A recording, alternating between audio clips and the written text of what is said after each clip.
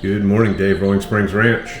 So, doing things a little different today as it is still raining outside and it's hard to get anything done with more rain than sunshine for the past couple days for sure. So we're going to talk about today, picked up a new rifle. I have a handful of 22 rifles and, with just a long rifle, 22 mag, lever action 22. Decided to pick up a 17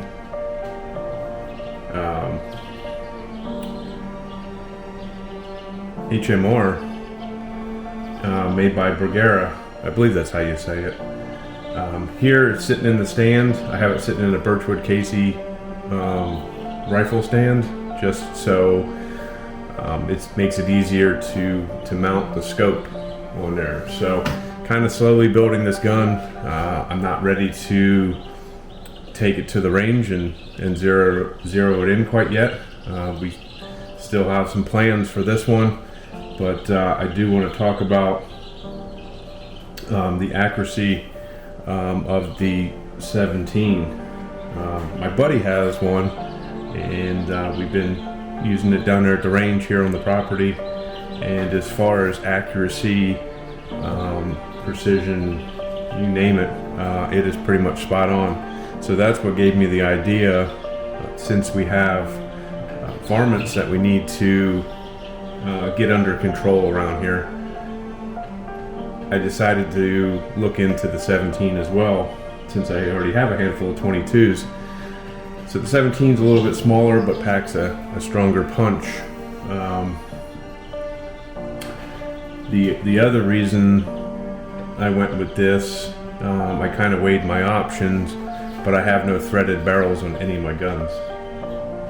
The 22 mag is what I use the most, but again, I was thinking about decking one out, and so the reason you go with threaded barrels, obviously, is to eventually, apply for a suppressor to put on it. I looked up the 22 mag that I currently own, and I could not find a threaded barrel for it. So my only other option would be to take it to a gunsmith, hope there would be enough meat on the barrel to thread it, and then go from there. So I figured the time I spent $150, $200 for somebody to thread it, if possible, I'm still $200 into that, or I can apply it towards a new rifle. So made the decision, keep the 22, don't alter it, and picked up this new 17 rimfire made by Bergara.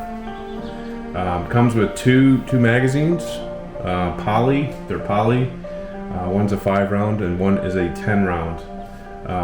I got mine in the gray with black speckles. I picked it up from Royal King. The only thing that I would have done different, and again, I don't regret it, is I would have gone with the carbon fiber wrap barrel. But I think in that case, everything would have been black, so it wouldn't have been the gray. So having the gray with the black speckles, definitely, a little something different on the gun rack and then the gun case. So it's a bolt action. It already has the mount. I guess the mount, ring adapter on top of it. So what you see here, I picked up a Burris scope, and so we're going to mount it. We're going to get it mounted on there. And again, we're not going to tune it in yet. At this current time, I've already applied for an application for a suppressor. I've already purchased a suppressor. So that paperwork is about halfway done, and at that time when we get it shipped and installed, then we'll go out to the range and we'll do some testing on on this rifle, you know, with the suppressor and without the suppressor. So for now, I'm gonna take the scope out of the box, and then we're gonna look at that, and then we're gonna mount. We have some lower profile rings. I had them on, originally I had them on the Henry 22. The issue with that was it interfered with the lever, you know, since that is it's a lever action gun. So you really couldn't safely put your thumb on the hammer and then release it slowly without, you know, hitting the scope. So I had to go to higher mounting rings for that one. So I had these left over. Hopefully these work. We're gonna see how it plays with the bolt action. So we'll cross our fingers. Hopefully it works. And if not, then hey, we'll just order some of the correct ones. And again, here's the 5-round magazine. It looks like something off a 3D printer, but who knows. But yeah, pretty nice. Overall, I mean, so far, I mean, just the you know, the quality of it and the looks of it and stuff seem to be okay. You know, Bergara is known for its accuracy, and so like I said, we have some night varmints that we need to get under control, and we need something with accuracy. And again, we're not shooting 300 yards. You know, we're probably shooting, you know, 50 to 75 at best. So anyway, let's get this scope out of its box, and we'll take a look at that.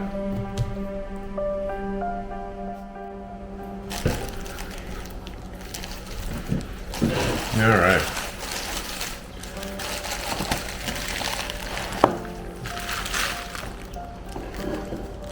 So I came up with this scope. I don't know really enough about scopes and stuff like that. I mean, I have a couple, you know, reasonable ones on my 22, on my 270, and then on the Henry lever action. This one was a little bit more. I had decided, you know, just to kind of check, you know, online reviews, you know, and what was the best, you know, scope for a 17. And a lot of the reviews, you know, for, you know, 2025 was talking about this Burris scope and the quality of the lens. So this is the full field E1 4.5 by 14 by 42. So it's a little bit stronger than my other ones. But again, this is what a lot of reviews were on this specific scope. So we're gonna get this thing mounted up. Hopefully, you know, I think it's gonna look pretty good, but again, we're gonna have to see how the bolt action plays a factor, you know, on the rest of the scope. We may have to do a higher rings. So let me go find an Allen key. Need a small Allen key. I tried looking the other day, but fortunately I never put that one back in the box, and so now I'm scrounging for one. These scopes do come with a lifetime warranty, so we will see how it performs once we have the suppressor in hand. Then we'll start, you know, dialing in and playing with it. So they did say on these reviews that the quality of glass, maybe I've already talked about it, but the quality of glass seemed exceptionally well. So I know on my other scopes, on low light, you know, even moonlight, I can see through it. So now I was tossed up between the Burris and possibly going with a thermal scope, but I think for now we're just going to try this one out and see what happens, and we'll go from there. So let me go find an Allen key, and then we'll try to get her mounted up.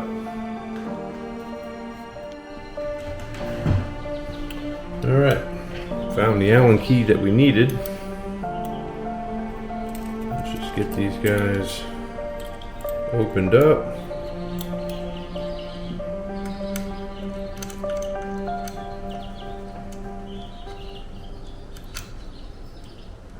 And then just kind of slightly snugged. We're going to come back, fine tune it.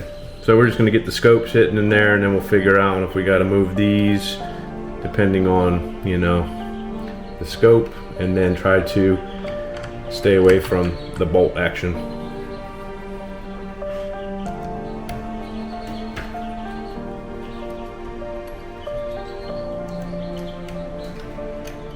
We're going to remove the tops.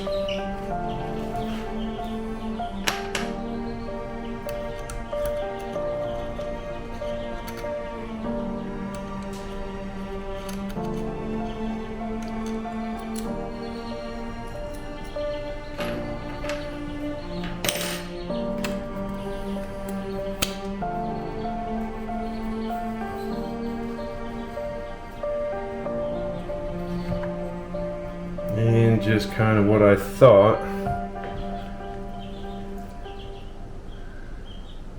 Those are not going to work.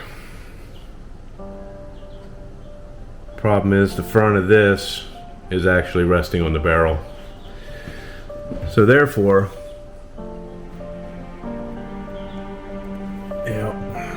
we're just going to have to order higher ones. So I guess we'll get that ordered.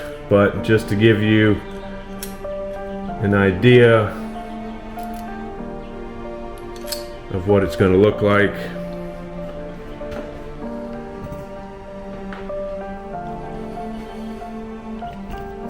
and there you go.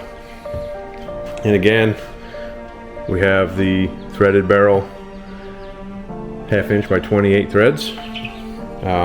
We should have possibly a suppressor here in the next couple weeks, and we'll get those mounts ordered. So that's what I had on hand. I knew for some reason that it wasn't going to work for this application, but hey, didn't hurt to try. So for now, it's the Bergara 17, and stand by for part 2.